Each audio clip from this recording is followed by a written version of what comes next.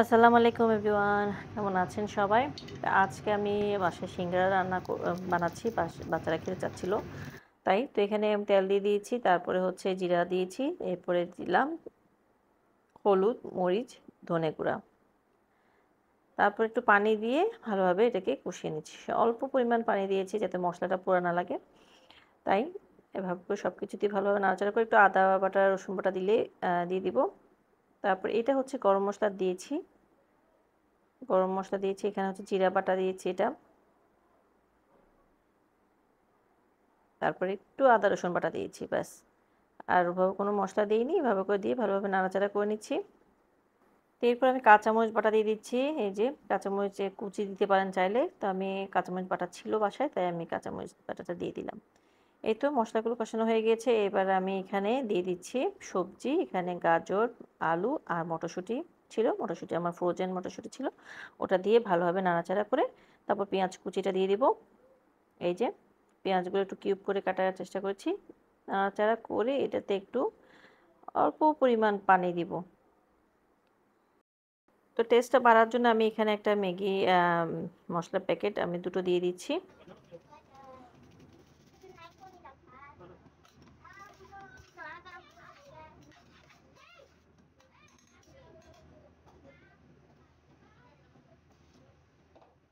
একদম সামান্য পানি দিয়ে এটাকে এখন আমি প্রেসার কুকারে দুটো সিটি বাজিয়ে নেব।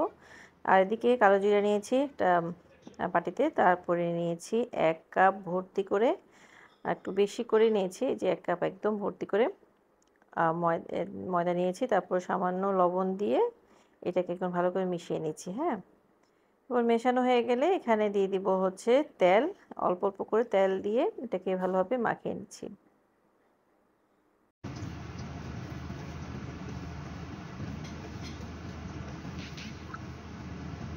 ময়দাটা এভাবে হাতে একটু মোট করে নিয়ে দেখছি বাইন্ডিং হয়েছে কিনা, হয়নি। তারপর আমি আর একটু সামান্য তেল দিয়ে দিয়েছি, এবার ভালো করে মেখে ভালো করে কিন্তু মাখিয়ে নিতে হবে।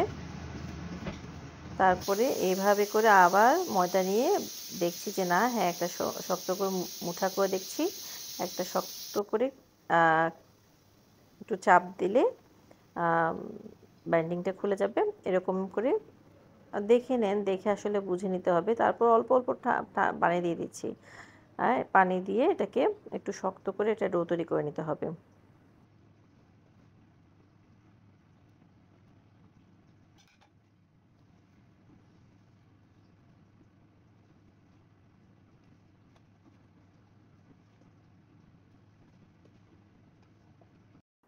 তো এদিকে আমার এটা ভালো করে আমি এটাকে মুথে নিচ্ছি, একদম মুথে মুথে এটাকে একটু সফট করে নিতে হবে। এই যে এরপর এটাকে কিছুক্ষণ ঘুরে রেখে দিতে হবে, ততক্ষণে আমার সবজিটাও কিন্তু হয়ে গিয়েছে। এই যে সেদ্ধ হয়ে গেছে। এবার এখান থেকে আমি এটাকে চারটা এভাবে করে গোলা তৈরি করে নিয়েছি, তৈরি করে হাত দিয়ে একটু প্রেস করে করে এটাকে একটু মেলে নিচ্ছি। হ্যাঁ, মেলে এটাকে একটু বেলে নিতে হবে। প্রথমে একটু 4-5টা গোল করে একটু বেলে নিচ্ছি, তারপর লম্বাটে করে বেলতে হবে। সিঙ্গারার খামিটা, সিঙ্গারার যে কোণটা আছে, কোণটাকে একটু লম্বা করে বেলতে হবে। হ্যাঁ, তো ভালো করে লম্বা করে একটু টান টান করে এটাকে বেলে নিব। তারপরে এটাতে একটা ছুরি দিয়ে মাছ বরাবর এটা কাট করে নিব। মাছ বরাবর কেটে এটাকে একটা কোণ শেপের করে নিতে হবে। এটাকে দিকে উঠিয়ে রাখছি আমি, তারপরে এটাকে দেখাচ্ছি এভাবে করে এটা কোণ শেপ করে উঠিয়ে নিতে হবে। হ্যাঁ, আপনারা চাইলে এখানে একটু পানি দিয়ে দিতে পারেন যাতে কোণটা খুলে না যায় এভাবে করে। তারপরে এখানে পুরগুলো দিয়ে ভালোভাবে একটু ভিতর দিকে প্রেস করে করে তারপর এটাকে এভাবে করে চারোপাশটা একটু চেপে বন্ধ করে দিতে হবে। তারপরে হচ্ছে এটাকে এইভাবে বন্ধ করে নিতে হবে। তো আমি সবসময় একটু অন্যভাবেই করি, আমার কাছে এ ধরনের করতে ভালো লাগে না। তো বাসায় যখন করি একটু চেষ্টা করি একটু স্টাইলিশভাবে করার জন্য। এভাবে কোণটা আমি তৈরি করছি, করে আবার এখানে পুর দিয়ে দিচ্ছি। পুর দিয়ে এটাকে আরেকটু যাতা করে এভাবে করে দিয়ে সবকিছু দেখলেই আসলে আপনারা বুঝে নেবেন। এইভাবে কাঁটা চামচ দিয়ে একটু করে হালকা চেপ দিয়েছি। এটা আম আমার কাছে সুন্দর লাগে এই ডিজাইনটা। তাই আমি সবসময় আসলে এভাবেই করে থাকি। তো এই তো যেটা আছে ওটাকে আবার ভালো করে এভাবে করে লম্বাটে করে নিচ্ছি।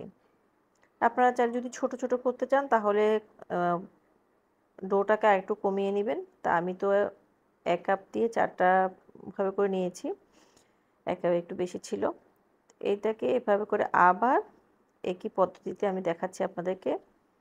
একটু দেখে বুঝে নেবেন, হ্যাঁ? তারপরে আবার পুর দিয়ে একটু করে জাতা দিয়ে ভিতর দিকে দিয়ে দিচ্ছি। তারপরে আবার ৪-৫ টা ভালোভাবে দিয়ে নিচ্ছি। যদি এই পর্যায়ে খুলে যায় সেক্ষেত্রে আপনারা একটু পানি দিয়ে দিবেন, হ্যাঁ? একটু চেপে, চেপে দিবেন যাতে খুলে না যায়। অনেক সময় দেখা যায় যে ভাজার সময় খুলে যেতে পারে। তো এইবার লাস্ট যেটা আছে ওটাকে আমি পানি দিয়ে দিচ্ছি।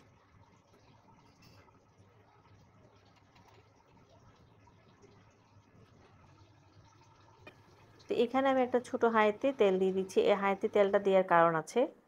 আচ্ছা, তেলটা যখন একটু হালকা গরম হয়ে যাচ্ছে তখন আমি এটাকে এটাতে দিয়ে দিচ্ছি, সিঙ্গারাগুলো দিয়ে দিচ্ছি। এই হাঁড়িটা নেওয়ার কারণ কি?